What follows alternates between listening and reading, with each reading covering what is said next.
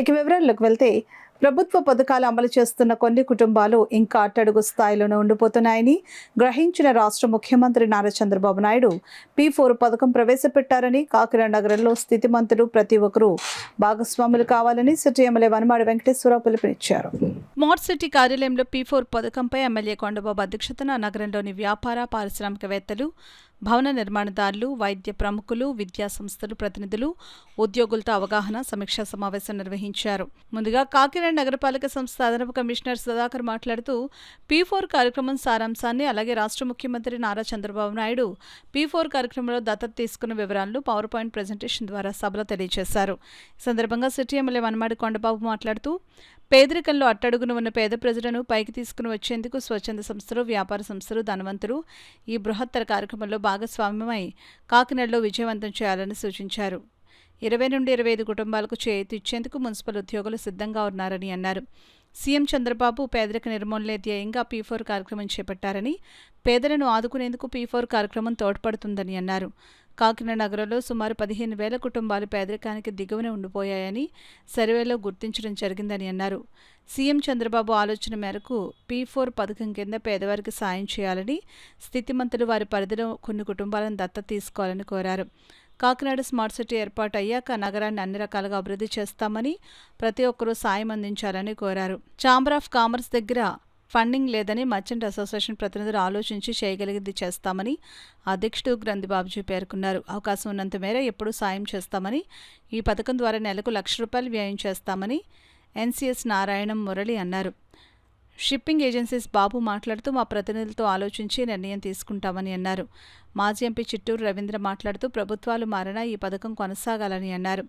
ఒక కమిటీ ఏర్పాటు చేసి నిరంతరం కొనసాగించేందుకు కృషి చేయాలని, P4 పథకానికి తన సహకారాన్ని అందిస్తామని అన్నారు. బాదం బాలకృష్ణ మాట్లాడుతూ నెలకు ₹1,00,000 తగ్గకుండా సహాయం చేస్తామని అన్నారు. కార్యక్రమంలో పలువురు వ్యాపారవేత్తలు తమ అభిప్రాయాలను వెల్లడించారు. నగరపాలక సంస్థ డిప్యూటీ కమిషనర్ కోన శ్రీనివాస్ సమావేశానికి హాజరైన వివిధ సంస్థల ప్రతినిధుల చేత P4 బంగారు కుటుంబాలకు మార్గదర్శకులుగా మారతామని నినాదాలు చేయించారు.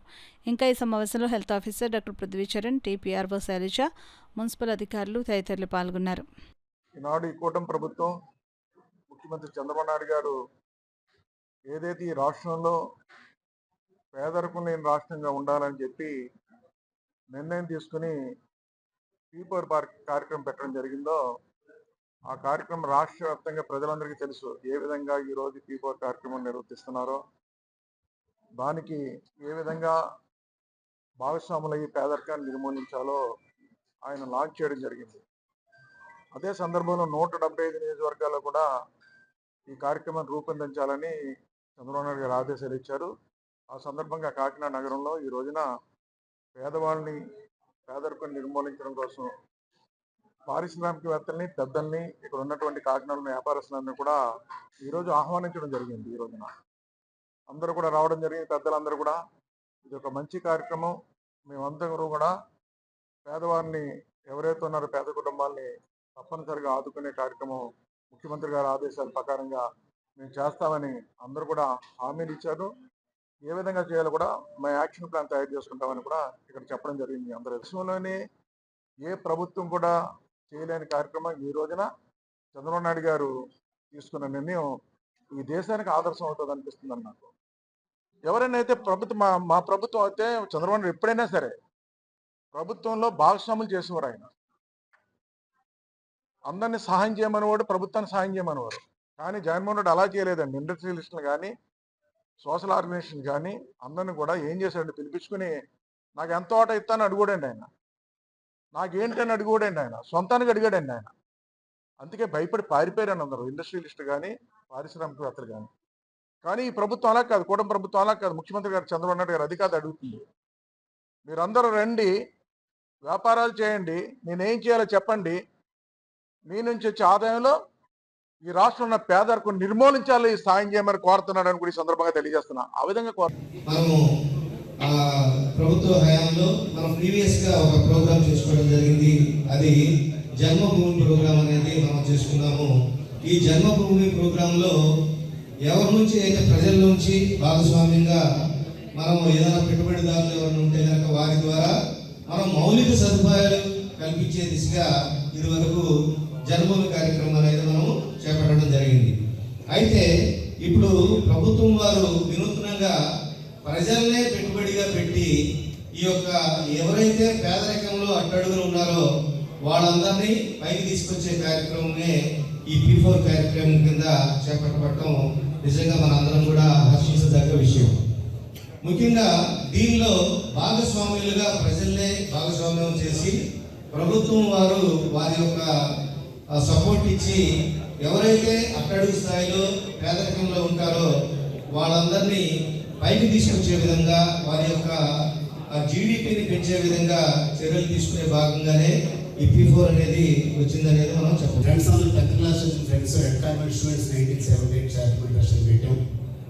అలాగే నేను లైన్స్ క్లబ్ను కూడా రిప్రజెంట్ చేస్తున్నాను.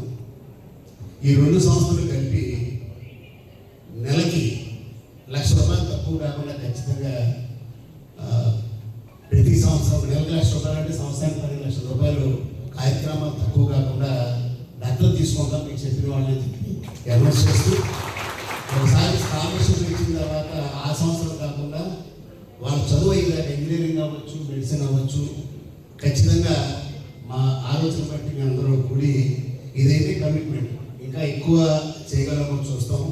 ఈ కమిట్మెంట్ ఇప్పటికే మేము సుమారు 70-80 కుటుంబాలకి సాయం చేస్తున్నాం. ప్రతి సంవత్సరం మెడికల్ స్టూడెంట్స్ని కొన్ని చదివించాం. ప్రతి సంవత్సరం ₹1,60,000 నుంచి, అలాగే మినిమం స్కాలర్షిప్లు 15,000 నుంచి 25,000 దాకా ఇచ్చిన సందర్భాలు ఉన్నాయి.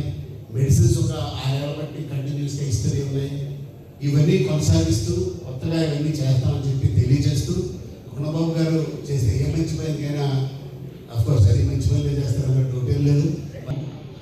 జరుగుతుంది.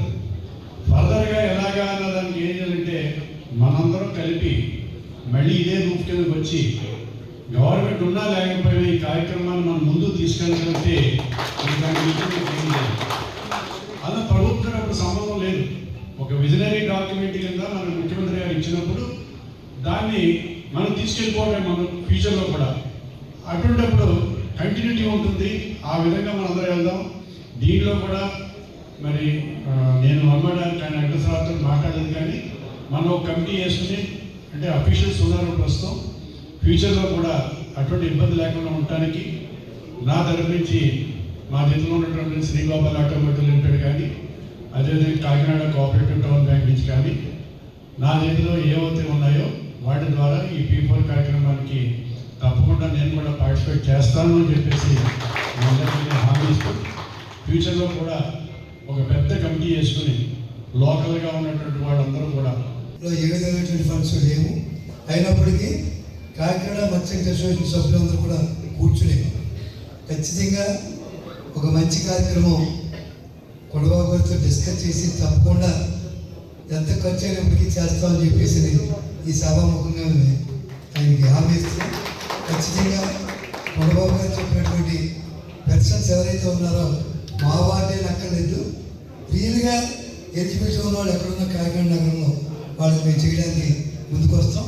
తప్పకుండా మేము చేస్తామని చెప్పేసి ఈ సభాముఖంగా తెలియపరుస్తూ మా సభ్యులతో కూడా ఒకసారి కూర్చుని డిస్కస్ చేసి ఎక్కువగా చేసేటువంటి ఉద్దేశం మాకుంది. తప్పకుండా చేస్తాం. మేము ఆల్రెడీ ఇప్పటికే కాకినాడ మర్చెంట్ అసోసియేషన్ చాలా రకాల సేవా కార్యక్రమాలు మేము పబ్లిసిటీ చేసుకోవటం లేదు, కానీ కాకినాడలో నంబర్ 1 ఆర్గనైజేషన్గా ఎవరికి ఏ కష్టం వచ్చినప్పుడు కూడా మేము వాళ్ళకి వెనకాల నుండి సపోర్ట్ చేస్తాం.